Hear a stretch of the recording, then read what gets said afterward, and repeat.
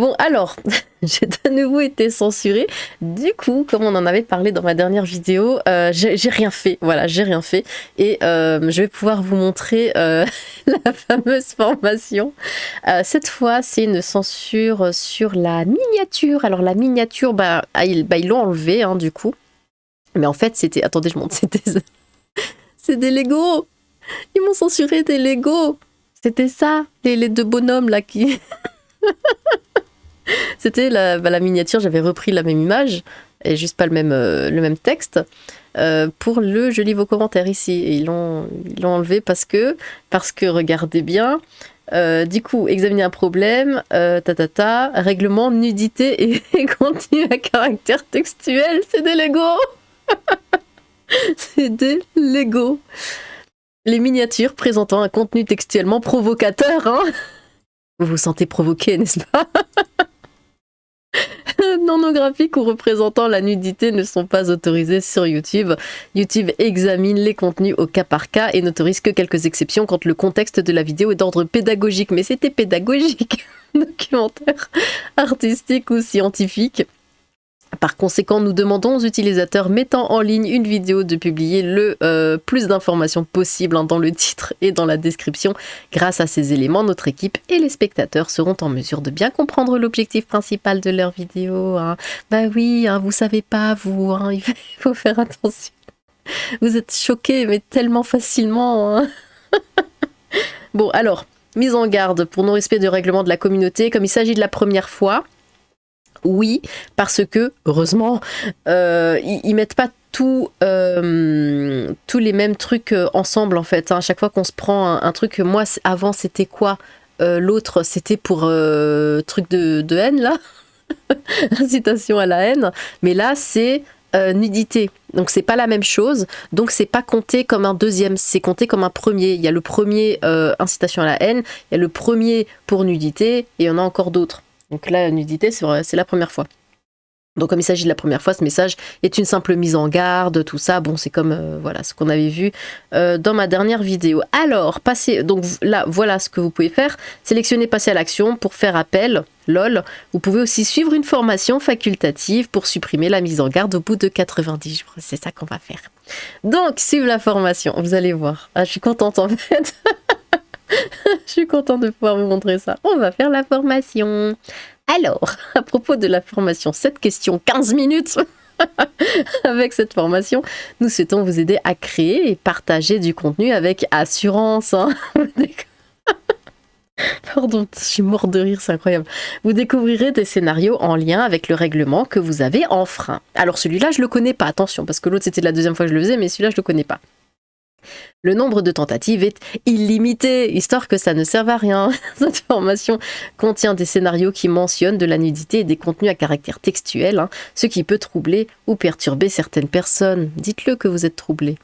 Nudité et contenu à caractère textuel. Même s'il existe différents types, hein, de contenus réservés aux adultes, votre formation mettra l'accent sur ceux abordant des actes textuels. Je rappelle, ce sont des Legos, hein, c'est juste des Legos. Nous pouvons autoriser des contenus textuels s'ils ont une visée pédagogique, documentaire, ça on l'a vu. Cette formation contient des scénarios qui mentionnent de la nudité et des contenus à caractère textuel, ce qui peut troubler ou perturber certaines personnes. On y va. Alors, qu'est-ce que ça dit? Question 1. Charlie gère une chaîne populaire d'éducation textuelle. Dans une vidéo, lui et un groupe d'amis discutent de leur position textuelle préférée, explique aux spectateurs comment les réaliser, sans en faire la démonstration, hein, devant la caméra, non mais oh, et donne des conseils en la matière. Est-ce contraire à notre règlement? Alors, vu qu'il a une chaîne populaire d'éducation textuelle, moi je pense que ce n'est pas contraire, n'enfreint pas les règles. Oui! Bonne réponse. Le contenu de Charlie traite d'éducation textuelle et n'inclut pas de scènes ni d'extraits audio qui représentent des actes textuels à des fins de gratification textuelle. Suivant. Question 2. Un film inclut une scène sensuelle, pas textuelle, sensuelle, dans laquelle les personnages principaux sont en sous-vêtements. Ils se mettent au lit et ont un rapport textuel sous la couette. Un fan met en ligne une vidéo de réaction avec un extrait de la scène. La description de la vidéo inclut le nom du film, du réalisateur et des acteurs principaux, ainsi que l'année de production et n'utilise pas de termes exagérément textualisés. Elle fournit des informations sur la scène de texte et l'intrigue à ce moment du film, et contient des commentaires avec l'opinion du fan. Bon, moi je dirais que ça n'enfreint pas. Tac. Oui. Question suivante. Question 3. Un organisme de presse met en ligne une vidéo sur la fessée. Bonjour le Parisien. On y voit des adultes habillés s'adonner à la fessée en employant différentes manières, telles que la main ou le fouet. Fouet, c'est plus trop une fessée là. Le titre et la description précisent quel est le sujet et qui sont les personnes qui réalisent cet acte. Dans la vidéo, le reportage fournit des informations détaillées sur le féminisme et une approche scientifique du sujet. Oh, attention, alors, sélectionnez toutes les bonnes réponses. Donc, cette vidéo enfreint le règlement car les scènes de féminisme ne sont pas autorisées sur YouTube. Cette vidéo n'enfreint pas le règlement car l'organisme de presse a inclus suffisamment de détails dans le titre, la description et la vidéo elle-même, comme des informations sur les personnes représentées, la raison de leur comportement et des faits scientifiques. Cette vidéo enfreint le règlement car toute mention de fétichisme n'est pas autorisée sur la plateforme. Ça rejoint un peu. Moi, je dis celui-là. Alors, ils disent toutes les bonnes réponses, mais du coup, je peux pas dire que ça n'enfreint pas et que ça enfreint en même temps. Ou alors, c'est le dernier et le premier. Bon, moi, je dis celui-là. Allez. Oui. Nous autorisons les vidéos sur le féminisme si celles-ci ont une visée éducative, documentaire, scientifique ou artistique. Et comporte des détails sur le sujet, les personnes concernées, leur motivation dans le titre, la description et la vidéo. Ce contenu serait soumis à une limite d'âge, mais ne serait pas supprimé. Alors, pour l'instant, je m'en sors bien. Paula a une chaîne YouTube consacrée à la réponse sensorielle méridienne autonome. Quoi? Ah, ASMR. Oh mon Dieu. Elle met en ligne une vidéo dans laquelle elle lit des histoires textuelles explicites, tirées d'un site web unique. Elle parle dans un micro et produit des sons à caractère textuel tout en jouant les scènes. Quoi?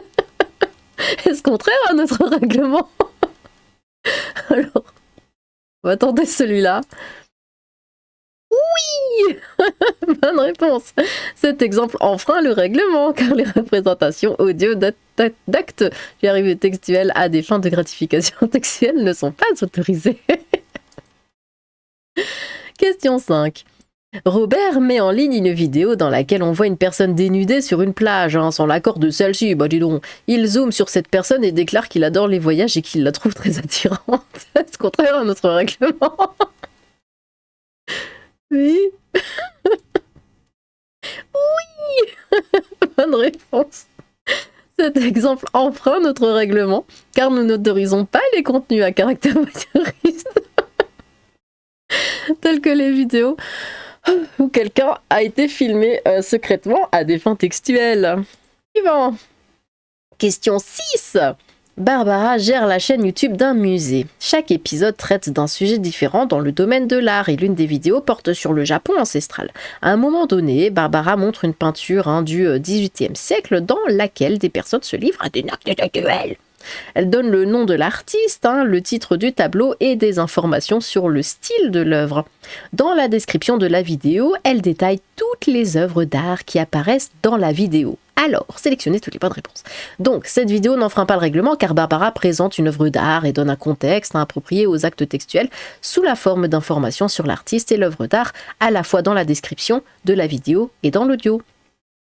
Cette vidéo enfreint le règlement car les contenus à caractère textuel ne sont pas autorisés sur YouTube. Cette vidéo enfreint le règlement car elle n'a pas de visée artistique, ou cette vidéo n'enfreint pas le règlement car YouTube autorise tous les contenus sur l'art. Moi je dis celui-là. Ils disent toutes les bonnes réponses de dire qu'il y en a plusieurs, mais attention. Oui. Nous pouvons autoriser les contenus présentant des actes textuels s'ils sont artistiques et s'ils la... Mais c'est de l'art, enfin, ce que j'ai fait ici. Ils comprennent pas mon art. Suivant. Dernière question. Nadine réalise une vidéo sur l'épilation des parties génitales. Quelle horreur. Dans cette vidéo, la personne épilée, Nadine considère que la vidéo se passe d'explications et n'inclut aucune information sur la manière de procéder à l'épilation. Elle zoome à plusieurs reprises sur les parties génitales pour montrer en détail le processus d'épilation à la cire. Elle n'inclut pas non plus d'informations dans le titre ni dans la description, hormis adieu les poils pubiens. Bon, ça veut dire que, vu que vous le voyez venir, qu'on peut faire ça du moment qu'on dit oui, alors là j'épile, et du coup on peut se montrer un poil, il n'y a pas de souci. Alors, sélectionnez toutes les bonnes réponses. Cette vidéo enfreint le règlement car il n'y a pas assez d'informations sur la procédure à suivre dans la vidéo elle-même, dans son titre ni dans sa description qui indiquerait qu'il s'agit d'un contenu pédagogique. Oui, cette vidéo n'enfreint pas le règlement car elle permet aux internautes d'apprendre à s'épiler les parties génitales, ou cette vidéo n'enfreint pas le règlement car le fait de zoomer sur les organes génitaux permet d'expliquer aux internautes ce à quoi ils doivent faire attention lors de l'épilation à la cire. Bon, moi je dis le premier.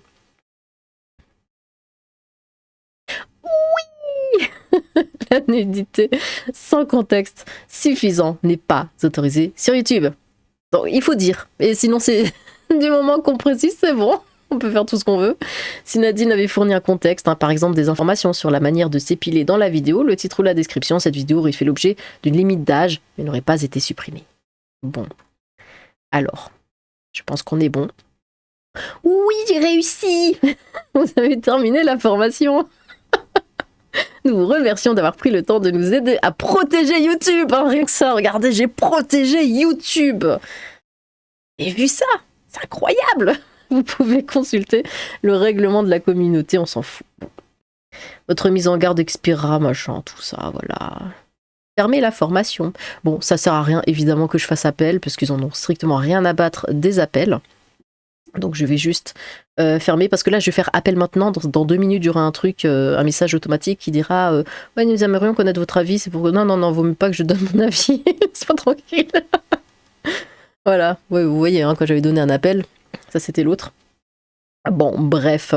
Alors du coup, ce que je vais faire maintenant, c'est ceci. Alors, je crois que je peux prendre ça. C'est tout petit. Il faut que je fasse des choses là-dessus. Attendez 2 secondes. Alors, tac, taille. Voilà. La miniature va un petit peu changer. C'est bon là, Parfait. Non, parce que j'ai pas envie de me reprendre un deuxième truc sur l'autre miniature, du coup. Celle qui reste là. Bon. Eh bien voilà, vous avez vu un autre visage de YouTube, voilà, même moi, elle m'a fait marrer cette miniature, c'est bête. Bon, eh bien écoutez, j'espère ne pas faire une 3e vidéo sur le sujet, parce que ça commence quand même à faire beaucoup. En tout cas, vous avez vu un petit peu comment ça se passe. Je suis contente d'avoir pu vous montrer la formation. C'est pas celle de la... Franchement, celle-là, ça allait encore. Parce que celle de l'incitation à la haine, elle est géniale. La formation est vraiment géniale. Les questions sont incroyables. Là, bon, c'était marrant, mais voilà. L'incitation à la haine, c'est quand même plus drôle. Du coup, n'hésitez pas à vous exprimer dans les commentaires. J'ai hâte de vous lire. Sur ce, tchou!